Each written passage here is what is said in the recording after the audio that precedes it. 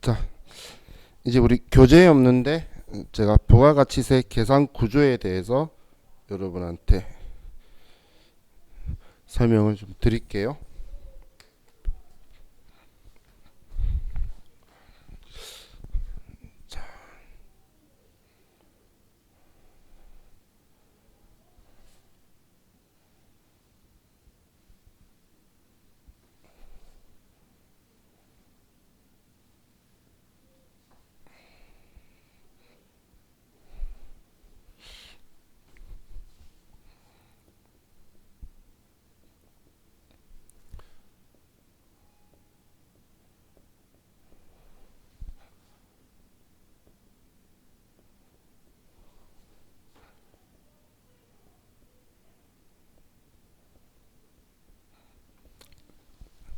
자, 먼저 지금 제가 정한 게 공장, 도매상, 소매상, 최종 소비자. 자, 이렇게 4단계 거래 구조를 적었는데, 자, 일반적으로 그 우리나라는 최소한 4단계 정도의 유통 구조를 가지고 있어요.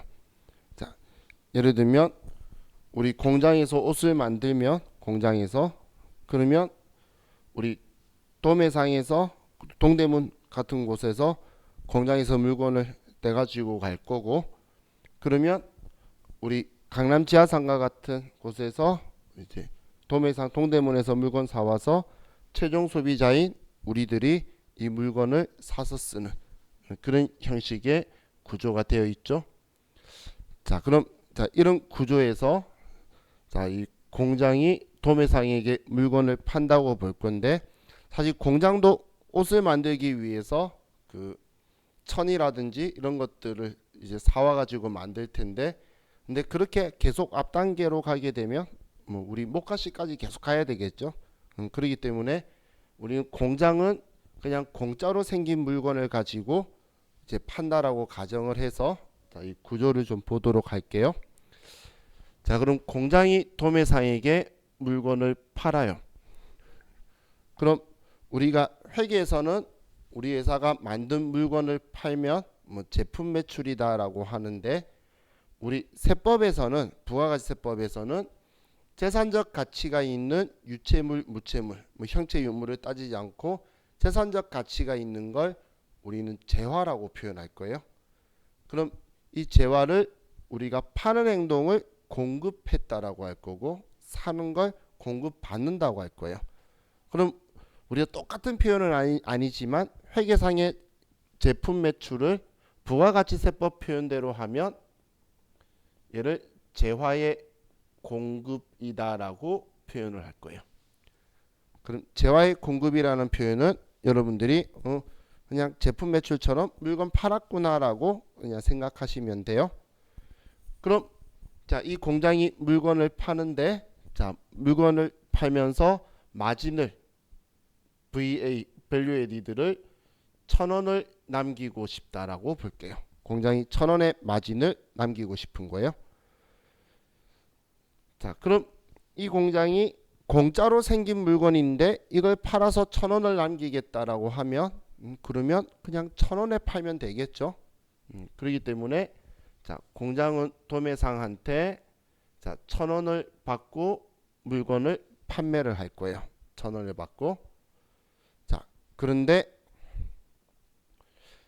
이 공장이 물건을 1,000원에 팔아서 공짜로 생긴 거니까 그 1,000원 자기가 가지면 되겠죠. 근데 이번에 판 물건이 이 재화가 과세 대상되는 면세 항목이 아닌 부가가치세법상의 과세제한 거예요. 그럼 부가가치세가 부과되는 물건을 파는 사업자를 뭐라고 하냐면 과세 사업자라고 해요. 그럼 이 과세 사업자가 물건을 팔게 되면 그럼 이 과세 사업자는 무조건 거래 징수의 의무가 있게 돼요. 거래 징수의 의무가 발생을 해요. 이 거래 징수의 의무라는 건 뭐냐면, 이 거래 징수의 의무라는 건 이 과세 사업자가 파는 물건 가격의 10%를 무조건 같이 받아서 물건 1,000원짜리를 팔면 그 금액의 10%인 100원을 같이 받아서 세무서에 같이 납부를 하라는 거예요. 한마디로 1,100원에 팔아가지고 너가 팔려고 했던 1,000원은 너가 가지고 그 10%인 100원은 세무서에 내라는 게 거래 징수에 대한 의무예요. 그럼 이 거래 징수라는 표현이 있는데 의무라는 글자를 붙인 이유는 만약에 이 부가가치세를 받아서 안 준다면 그러면 얘가 대신 100원을 물려야 되는 거예요. 그럼 우리 이 공장은 물건 팔 때 무조건 100원까지 같이 해서 1,100원을 받아서 100원은 세무서에 내고 1,000원만 자기가 가지면 되겠죠. 그죠? 그럼 이 공장은 1,100원의 물건을 도매상한테 팔고 세무서에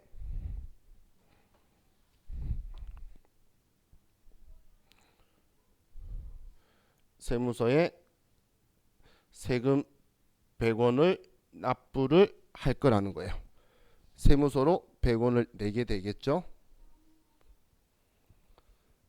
자, 그럼 이 도매상은 이 물건을 1,100원에 구입을 했는데 1,100원에 자, 그런데 제가 부가가치세 특징에 대해서 이야기를 할 때 자, 이 부가가치세는 소비 단계에서 최종 소비자가 부담하는 형태라고 했죠. 근데 이 도매상은 이 물건을 자기가 쓰려고 샀다면 1,100원에 사도 돼요. 개인적으로 쓰려고 샀다면. 그런데 그럴 목적으로 산 게 아니고 팔려고 사온 거예요. 팔려고 사왔다면 이 돈을 지금 100원을 자기가 부담하면 안 되는데 내가 부담하면 안 된다라고 암만 이야기해도 파는 사람 공장은 무조건 1,100원을 나한테서 받을 거예요. 왜 공장이 무조건 1,100원 받냐면 공장은 이 100원을 안 받으면 자기가 대신 내야 되기 때문에 900원밖에 못 남기게 돼요. 그럼 여러분이 사업자라 하더라도 절대 그런 행동은 안 하고 싶은 마음이 없겠죠. 그럼 자, 이 도매상이 부가가치세법한테 난 사업자다, 최종 소비자가 아닌데 난 무조건 지금 1,100원으로 부가가치세까지 주고 사야 되는데 이거 억울한 거 아니냐라고 했더니 부가가치세법이 하는 말이 그래 일단 얘한테 줘. 너가 쓰려고 산 게 아니고 팔려고 산 거라면 이 부가가치세를 너가 이 공장에게 줬다라는 증빙 서류를 가지고 오면 이 100원을 받은 세무서가 너한테 돌려주겠다라는 거예요. 그럼 이 도매상이 1,100원을 주면서 공장한테 부가가치세를 줬다는 증빙으로 받는 증빙 서류가 이 100원에 대해서 세금 계산서를 받게 되는 거예요. 그럼 공장한테 내가 사업자 등록증을 제시하는 의미가 뭐냐면 나는 최종 소비자가 아니고 과세 사업을 할 때에 판매를 하든 쓰기 위해서 하는 이 물건을 산 거니까 나한테 받아간 부가가치세에 대한 증빙 서류를 내 사업자 등록번호로 발행해 주세요라고 주는 게 사업자 등록증을 제시한 거고 그럼 나는 그 세금 계산서를 받아서 세금 계산서에 의해서 확인되는 이 100원을 돌려받을 거예요. 그럼 나는 1,100원을 줬지만 100원을 돌려받게 되면 나는 부가가치세를 전혀 부담을 안 하게 되겠죠. 그죠? 그럼 난 1,000원에 산 거랑 똑같은 거라는 거예요. 그럼 이제 나도 이 물건을 팔 건데 자, 나도 이 부가가치를 마진을 1,000원을 나도 남기고 싶다라고 볼게요. 자, 그럼 나도 1,000원을 남기고 싶으면 자, 소매상에게 재화에 공급을 하고 그리고 돈을 받는데 저는 1,000원에 산 거죠. 1,100원 주고 100원 돌려받았으니까. 그런데 1,000원 남기고 싶으면 2,000원에 팔면 될 거예요. 1,000원에. 그럼 2,000원에 팔 건데 내가 사온 건 과세품이고 나도 과세품을 파는 사업자니까 이 도매상도 과세 사업자라는 거예요. 자, 그럼 이 과세 사업자는 어떤 과세 사업자든 간에 거래 징수의 의무가 있어요. 그럼 거래 징수의 의무는 내가 판 물건 가격의 10%를 같이 받아서 세무서에 납부해야 되는 거니까 나는 2,000원의 물건을 팔았으니까 200원을 받아서 세무서에 납부해야 된다는 거예요. 자, 그럼 이 도매상은 소매상한테 2,200원에 사고 200원은 주고 그리고 100원은 세무서한테 돌려받으면 되겠죠. 신고할 때. 그래서 세무서한테 우리가 받은 이 200원을 주면서 100원 돌려주세요. 세금계산서를 받은 걸 제시를 하니까 부가가치세법이 이 도매상한테 너 바보니? 라고 하는 거예요. 왜 200원 다 가지고 오고 100원 달라고 그래? 우리 부가가치세법은 매출세액에서 매입세액을 빼면 납부세액이 나오게 되는 부가가치세가 나오게 되는 이런 형태의 우리 부가가치세는 전단계 세액공제법을 쓰고 있는데 그럼 너가 지금 물건 팔면서 받은 200원은 매출세액이고 물건 사면서 너가 일단 지불했던 100원은 매입세액이니까 200원에서 100원을 빼면 너는 납부할 세금이 100원이 되니까 이 100원을 세무서에 납부하면 되겠죠. 그죠? 그럼 이 도매상은 부담한 게 없잖아. 지금 매출세액이 200원이고 내가 부담했던 매입세액 부담하면 안 되는데 부담했던 매입세액이 100원이기 때문에 얘 둘이를 상계하면 100원만 주게 되는 건데 만약에 내가 사온 게 더 많았어요. 500원, 5,000원치 사오면서 500원의 세금을 줬어요. 그러면 세무서는 300원을 돌려줄 거예요. 그렇게 신고하는 게 부가가치세 신고라는 거예요. 매출세액이 내가 받아서 가져다 줘야 될 게 더 많으면 내가 납부해야 되는 세금이 나오는 거고 내가 부담하면 안 되는데 부담해서 줬던 세금이 더 많으면 이걸 돌려받는 게 이제 우리 부가가치세 신고를 하는 거예요.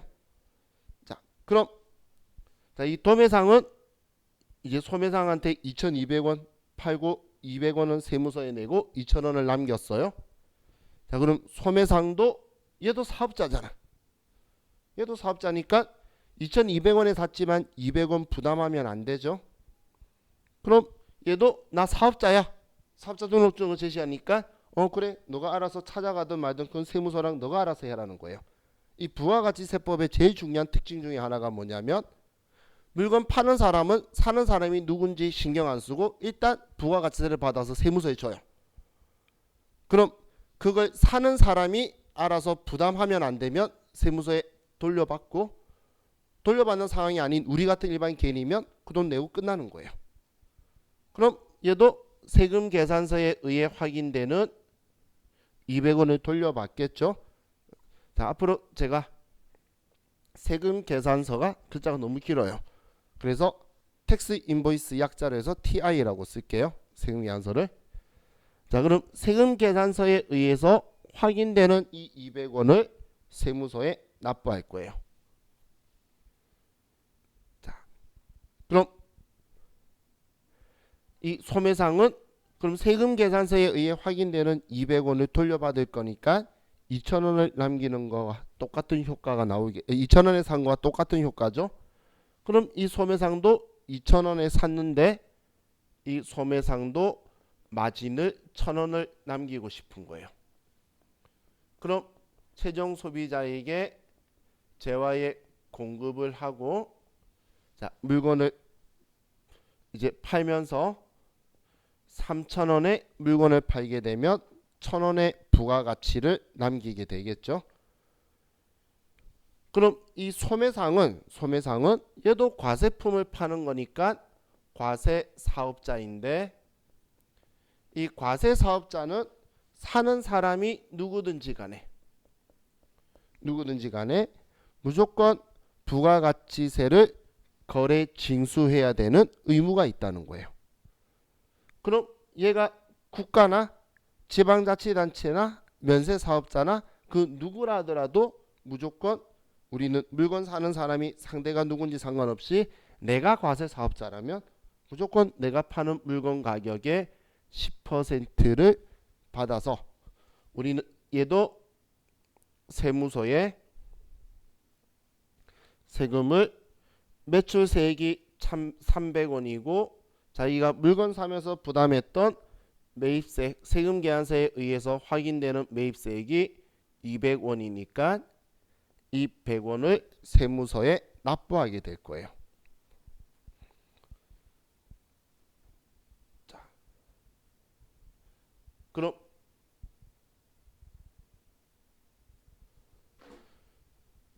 이 최종 소비자는 우리들은 여러분들이 커피 살 때에 커피 산 금액에 부가가치세가 포함된 돈을 내가 카드로 끌든 현금으로 주든 사왔는데 그 부가가치세를 뭐 내가 돌려받거나 이런 행동 안 하죠. 우리는 그 사먹고 끝이에요. 그렇기 때문에 이 최종 소비자는 3,300원에 이 물건을 샀쓰고 끝나게 되겠죠. 자, 그럼 이 최종 소비자는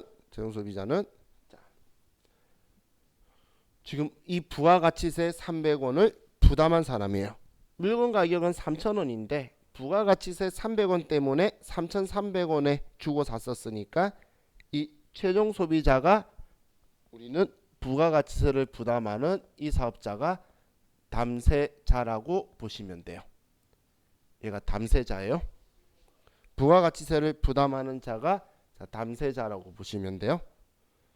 그럼 이 300원을 지금 부담한 300원을 세무서에 가져다 주는 사업자가 납세자라고 했는데, 자 그럼 누가 가져다 줬는지를 한번 보면, 자 소매상이 100원을 가져다 줬고 또 도매상이 100원을 가져다 줬고 공장이 100원을 가져다 줬죠. 그럼 최종 소비자가 부담한 이 300원의 부가가치세를 여러 거래 단계에 걸쳐서 이 사업자들이 전부 다 100원씩 납부를 해줘서 300원을 세무서에 냈다는 거예요. 그럼 이 앞 단계에 있던 이 사람들을 전부 다 이 단계에 있는 이 사람들을 전부 다 우리는 납세자라고 하는 거고, 납세자는 납세 의무자의 줄임말이고, 부가가치세법은 이 납세자를 사업자라는 표현을 쓸 거예요.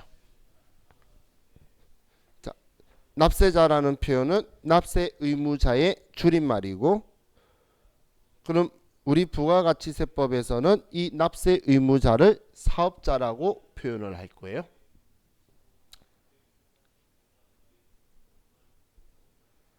자, 그럼 이번에 조금 끝에 변형을 조금 줄게요.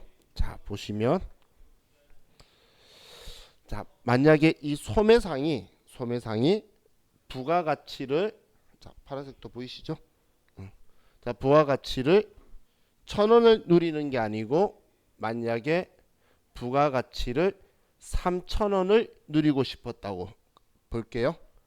우리 소매상이 3,000원의 부가가치를 누리고 싶다면 2,200원에 산 거 200원 돌려받을 거니까 200원에 사온 건데, 이걸 3,000원 남길 거면 우리는 매출 가격이 5,000원이 될 거고, 그럼 우리는 500원의 거래 징수의 의무가 있으니까 10%에 500원을 받을 거예요. 그럼 이 소매상은 매출세액이 500원이고 매입세액이 200원이니까 그럼 납부해야 되는 세금이 300원이 되겠죠. 300원은 내 돈 아니잖아. 그럼 이 300원을 이제 이 세무서에 가져다 줄 거예요. 이 300원을. 자, 그럼 여러분이 여기에서 한번 보시면, 자, 지금 제가 소매상이 만약에 3,000원을 남기고 싶다라고 하니까 부가가치세를 300원을 내죠. 그죠? 근데 소매상이 1,000원 남기면 100원을 내는 거예요. 이 앞에도 도매상이 1,000원을 남겼기 때문에 100원을 납부하는 거고, 공장도 1,000원을 납부했기 때문에 100원을 납부하는 거예요. 이 부가가치세는 사업자가 얼마를 남기냐에 따라서 이 부가가치세를 세무서에 납부해야 될 의무 금액이 발생하게 되는 게 이 부가가치세예요.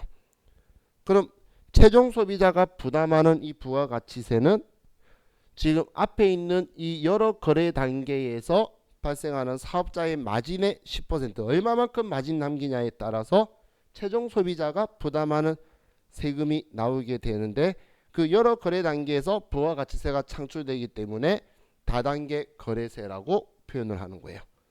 얘를.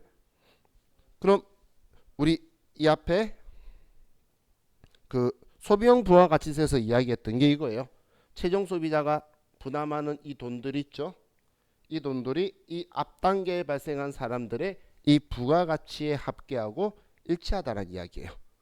그게 소비용 부가가치세라는 이야기였던 거예요. 자, 그래서 우리 부가가치세법의 특징 중에 하나가 다단계 거래세예요.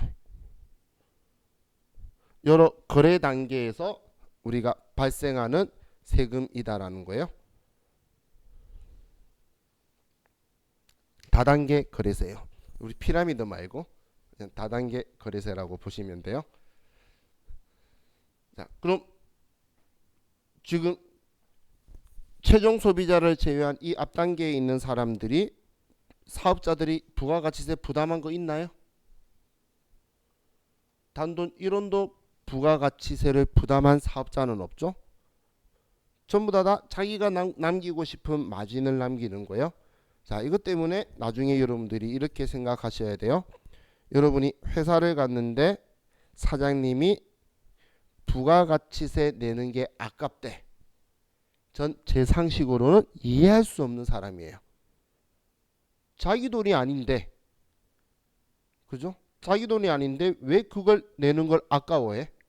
한마디로 다른 사람 돈을 자기 돈으로 착각하고 있는 사람이에요. 그 사람은 사업하면 안 되는 사람이에요. 또 다르게 이야기할게요. 자, 여러분 사장님이 1,000만 원의 부가가치세를 내요. 그럼 이 부가가치세 구조를 아는 사람은 다 그 이야기를 해요.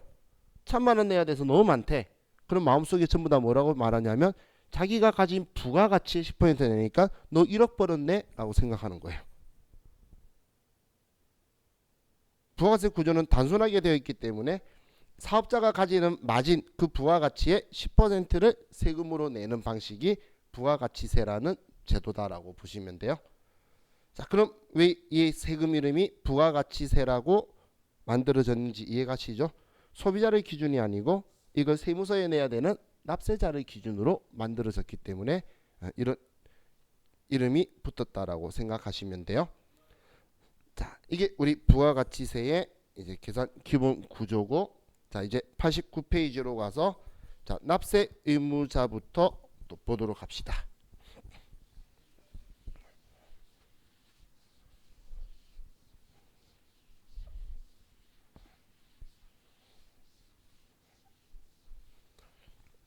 자, 우리 납세 의무자를 우리는 부가가치세법은 사업자라고 하는데, 자, 이 납세 의무자는 세금을 세무서에 내는 사업자죠.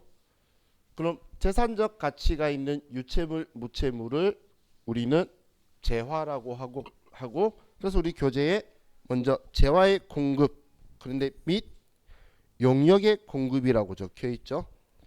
용역이라는 건 우리 전에 수수료 이야기하면서 제가 이야기했던 거예요. 장소나 기술이나 서비스를 제공하는 거, 그런 건데, 자, 그럼 그 아래에 재화의 수입은 사업자가 아니고 재화를 수입하는 자라고 적혀 있죠. 자, 사업자도 납세 의무가 되는데 사업자만이 아니고 우리 같은 개인도 납세자가 되는 유리한 경우가 재화의 수입이에요. 자, 옛날에는 제가 이거 설명할 때 많은 분들이 이해를 잘 못했는데 지금은 이해 잘 하시더라고. 그럼 여러분들이 해외 직구라는 걸 좀 아니까 여러분 직접 직구를 하면 여러분이 관세든 부가가치세든 세금을 내야 물건이 여러분한테 반출이 되죠. 그럼 여러분들이 세금을 직접 내는 납세자가 될 수도 있기 때문에 재화의 수입에 대해서는 우리는 재화를 수입하는 자, 우리 같은 개인이든 사업자든 수입하는 사람이 납세자가 된다라는 거예요.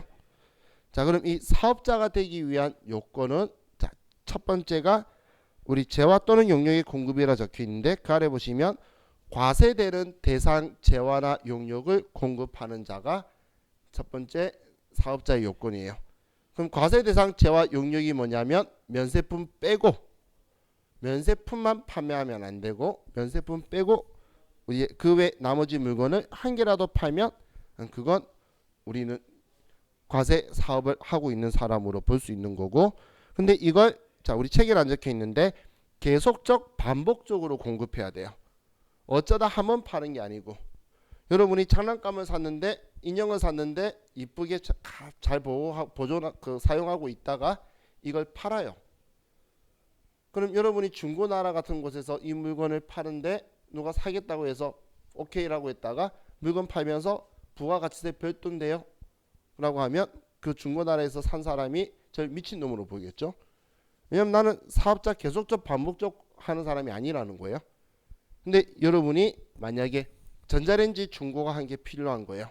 그래서 사려고 했더니 그 사장님이 카드가 되고 부가세 별도래 봤더니 중고 매매상을 하시는 분이에요.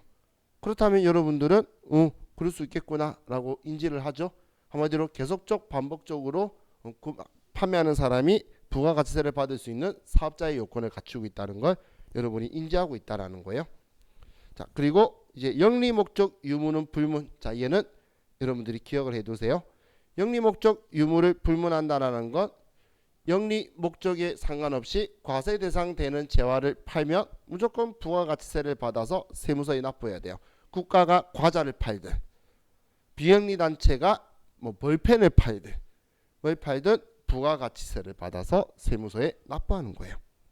자, 그리고 세 번째 사업상 독립성이 있어야 된다는 건 종속된 관계이면 안 된다는 거예요.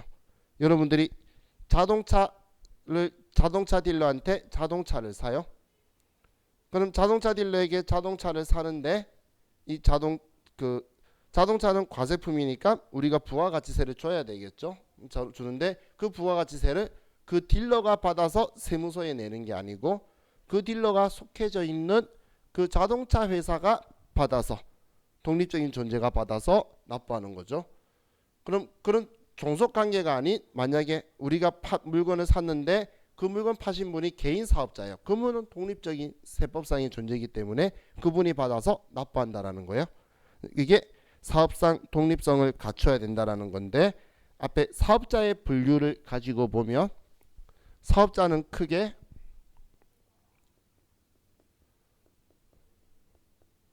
과세 사업자와 면세 사업자로 크게 두 분류로 나눠져요. 과세 사업자와 면세 사업자로 크게 두 분류로 나누게 되는데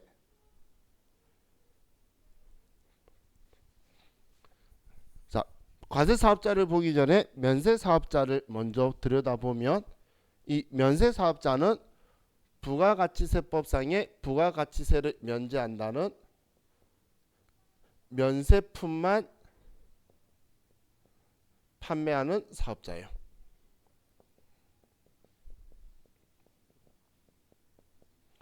이 면세품만 판매하는 사업자를 우리는 면세 사업자라고 해요. 여러분들 과세 사업자 글자 안 보이겠다. 자, 위에 쓴 글자가 이거예요.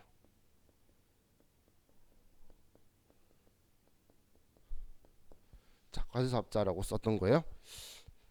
그럼 면세 사업자는 면세품만 한마디로 과세품하고 면세품하고 같이 팔 수도 있어요. 사업자는 돈 되면 다 팔아야지.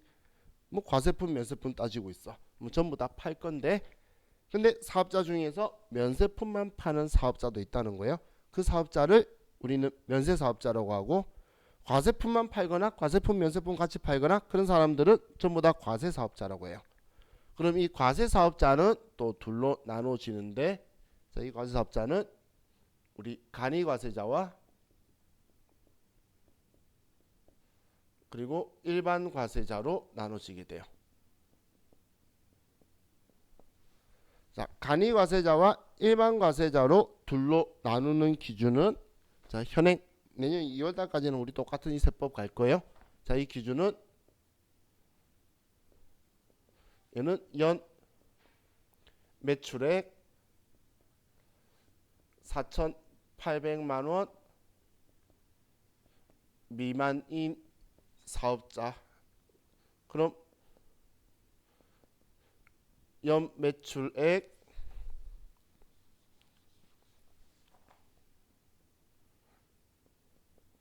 4,800만 원 이상인 사업자. 그럼 기준은 연매출액 4,800만 원을 기준으로 연매출액이 4,800만 원에 미달한 사업자는 우리는 간이과세 적용을 해주게 돼요. 그럼 이 간이과세 적용이라는 건 어떤 의미의 간이과세 적용해주는 사업자라면, 자, 이 간이과세자도 과세품을 파는 과세사업자는 맞는데 자, 우리가 매출액이라는 건 이익이 4,800이라는 말이 아니죠. 그럼 이익은 수익에서 비용을 뺀 건데, 매출은 수익이기 때문에 1년간 4,800이면 한 달에 400만 원 평균 나온다고 봤을 때, 간이과세자는 자 보시면 매출액이 월 매출액이 400만 원이 되면, 그러면 물건 파는 게 2배 장사였다면 매출 원가가 200원이 되겠죠. 그러면 매출 총이익이 200원이 될 거예요. 매출 총이익이. 그럼 200만 원 이 돈을 자기가 다 남기는 게 아니라 얘는 물건에서만 남은 거고, 그럼 작은 가게라도 한다면 판매 관리비인 판관비가 빠져야 되는데, 자, 판관비가 예를 들어서 월세가 작은 구멍가게라서 60만 원이다. 전기세가 한 달에 20만 원 나왔다. 밥 안 먹고 이것만 빼도 이 사람은 한 달 동안 버는 돈이 120만 원밖에 안 돼요. 그럼 지금 이 연매출액 4,800만 원 이하라는 이 사람은 1년 한 달에 벌어가는 돈이 너무 작고 영세한 사업자이기 때문에 이 부가가치세법상의 모든 의무를 다하기에 힘든 사업자에게 부가가치세법상의 의무를 간소화시켜주기 위해서 만든 제도가 간이과세 제도라고 보시면 돼요. 그럼 이 간이과세자는 지금 부가가치세법상의 의무를 다할 수 없는 자, 예를 들면 시골에 갔을 때에 그 구멍가게, 담배가게라고 하는 그런 작은 가게 있죠. 그 가게를 생각하시면 돼요. 그 할머니한테 세금계산서 발행해 주세요. 부가가치 신고해야 돼요. 그러면 그냥 차 타고 내리는 게 낫지. 그러니까 할머니가 우리 이런 부가가치세법상에 뭐 하기는 힘들겠죠. 그러면 그런 분들은 편하게 간소화시켜서 정말 내야 되는 거 있으면 알려주고, 아니면 그냥 그대로 있어도 되도록 해주는 게 간이과세 제도예요. 자, 우리 세법을 공부할 때는 항상 취지를 여러분들이 이해를 하시면 다른 거하고 응용이 잘 되게 돼요. 그럼 취지를 보라는 게 자 이런 거예요. 자, 법인 사업자가 있어요. 법인 사업자는 간이과세자 적용을 받을 수 있을 것이냐. 그럼 여러분들이 처음 들어본 이야기지만 문제에서 나왔다면 이렇게 생각하면 돼요. 간이과세를 만든 이유가 부가가치세법상의 의무를 다하기가 힘든 사업자를 우리는 간이과세자라고 하는데, 부가가치세 신고도 못하는 사람을 법인 설립하는 사업자로 볼 수 있겠냐라고 생각해 보면 말로 안 되는 이야기죠. 그렇기 때문에 법인 사업자는 간이과세 적용을 받을 수 없어요. 또 개인 사업자도 제가 다른 곳에 일반 과세 사업자인 우리 사업장을 가지고 있는 사람이 신규로 다른 업종을 하나 더 오픈을 하면서 우리는 매출액 없으니까 간이과세 적용을 받을 수 있냐라는 건데, 제가 다른 곳에 일반 과세 사업장이 있으면 부가가치세법상의 의무를 못할 사람이다라고 볼 수가 없겠죠. 그래서 다른 곳에 일반 과세 사업장이 있는 자는 신규로 사업하는 사업장을 간이과세 적용을 할 수 없다라는 거예요. 이건 부가가치세법상의 의무를 다할 수 없는 사람에게, 사업자들에게 그 부담을 줄여주기 위해서 만든 제도다라고 취지를 생각하시면 돼요. 그럼 자, 우리는 간이과세자도 과세사업자라는 건 기억하시고, 자, 그리고 일반과세자가 우리가 일반적으로 말하는 납세자들이에요. 납세자들. 그럼 납세자를 우리가 사업자라고 하는데, 그럼 이 면세사업자는 부가가치세가 없는 물건만 팔기 때문에 부가가치세를 받을 일이 없겠죠. 그렇기 때문에 부가가치세를 세무서에 그럼 낼 리도 없다는 거예요. 그래서 면세사업자는 부가가치세법상의 납세 의무자가 아니라는 말을 세법법전에서는 면세사업자는 부가가치세법상 사업자가 아니다라고 적혀 있어요. 이 사업자가 아니다라고 적혀 있는 말이 납세 의무자가 아니란 이야기예요. 납세 의무자가.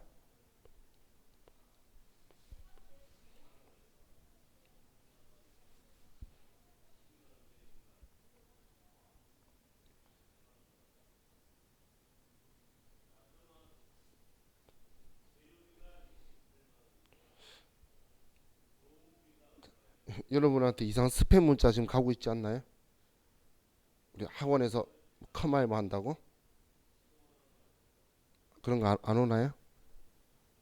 아니, 제가 하고 있는 반이 많다 보니까 저한테 스팸처럼 계속 오는데, 우리 학원 번호 스팸 번호 걸어놔야겠어요. 근데 컴마 수업은 제 개인적인 이야기인데, 격리사무원 쪽으로 가실 분은 이담 과정인 세무일급 무조건 들으시고, 근데 격리사무원이 아니라 이전 사무보존이나 다른 직군으로 갈 건데 회사에 그냥 진입하실 분은 컴퓨터도 잘 다루셔야 되니까, 그런 분들은 우리 국비지원 받으실 수 있을 때 그때 우리 컴활 같은 거 있으면 따두시면 좋아요. 왜냐면 어차피 세무사 사무실에 가도 엑셀 가지고 땡겨서 놓고 빼고 할 거예요. 전부 다 거래 자료를. 자, 그럼 이제 우리 다음 페이지에 90페이지로 가서 과세기간을 봅시다.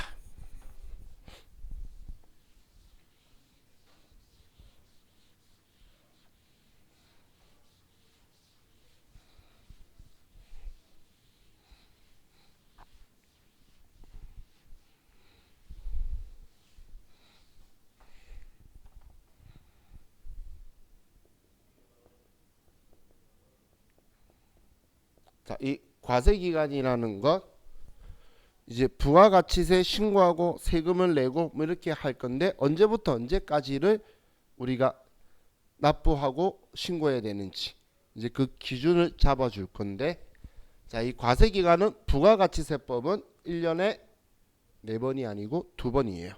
그래서 과세기간을 1기와 2기로 둘로 나누게 되고, 1기는 1월 1일부터 6월 30일까지고, 이렇게 말고 이렇게 봅시다.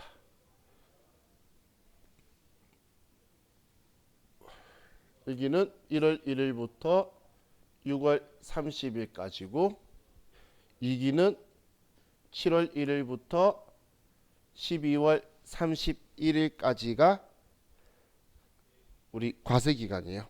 1년의 과세기간은 2번 있어요. 부가가치세법은. 그럼 자, 이 부가가치세법에서 이제 우리는 회계가 아니에요. 그래서 단기라고 표현을 하면, 지금 우리는 2020년 12월 오늘 23일이죠. 그러면 자, 우리는 지금 2020년 2기에 있는 거예요. 그럼 전기라고 이야기하면 언제냐면 2020년 1기를 말할 거예요. 이제 19년도를 말하는 게 아니라 6개월 단위로 기수를 이야기할 거라는 거예요. 6개월 단위로. 그럼 우리는 전기는 2020년 1기면 2020년 1기에서 또 그 앞에 전기, 직직전기라고 표현하는데 그건 2020년 2기를 이야기할 거예요. 그럼 시작되는 날 1월 1일, 7월 1일을 이제 기초라고 말 안 하고 세법에서는 우리 이 기간을 제가 과세기간이라고 한다라고 했죠. 자, 그렇기 때문에 과세기간 개시일이라는 표현을 쓸 거예요. 과세기간 개시일이 1월 1일 하고 그리고 7월 1일을 이야기하는 거예요. 1월 1일과 7월 1일을 우리는 과세기간 개시일이라고 표현할 거예요. 과세기간 개시일 1월 1일과 7월 1일을 과세기간 개시일이라고 하고 그럼 끝나는 날인 6월 30일과 12월 31일을 자 우리는 과세기간 종료일이라고 할 거고 그럼 이 과세기간 종료일은 6월 30일과 12월 31일을 과세기간 종료일이다라고 하는 거예요. 6월 30일과 12월 31일을 과세기간 종료일이라고 해요. 자, 그럼 우리 부가가치세법은 이 과세기간 종료일로부터 다음 달 25일까지 부가가치세를 신고하고 납부를 하고 내가 투자한 매입세액이 더 많으면 우리는 환급을 받을 거예요. 이게 과세기간 종료일로부터 다음 달 25일까지 부가가치세를 신고하고 납부하거나 환급을 받는다라는 거예요. 자, 그런데 우리나라의 세수 확보 1위가 부가가치세예요. 자, 우리 흔히 법소부라고 말하는 법인세법, 소득세법, 부가가치세법이 대한민국 세금의 세수 확보의 75% 정도를 가지고 있어요. 엄청 많이 가지고 있죠. 근데 이 75% 중에서 법소부라고 말하는 법인세, 소득세, 부가가치세 중에 부가가치세가 1등이에요. 2등이 소득세고 3등이 법인세예요.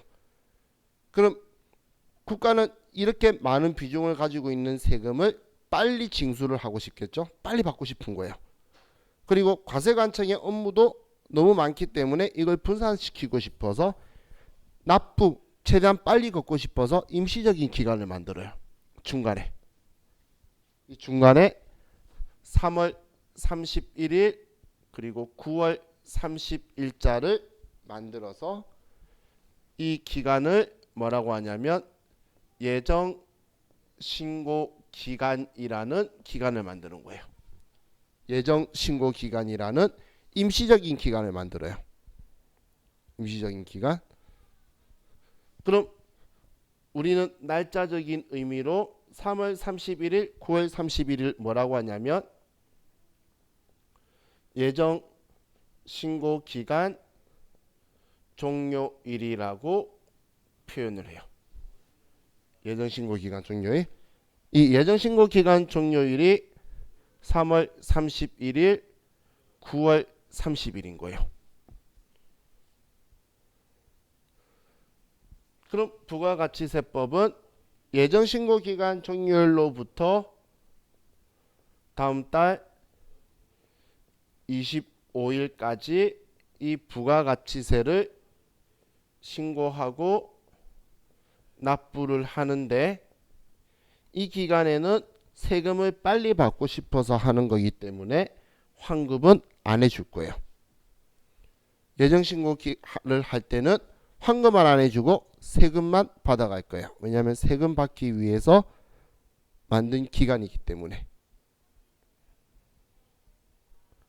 자, 지금 제가 이야기한 이 기준은 법인 사업자 기준이에요. 이 과세기간은 우리는 법인 사업자에 가서 회사를 다닐 거기 때문에 지금 제가 설명한 거는 법인 사업자를 기준으로 만든 거예요. 방금 전 글자 법인 사업자예요. 자, 벌써 20분이네. 자, 우리 또 쉬었다가 또 다음 시간 합시다. 쉬었다 할게요.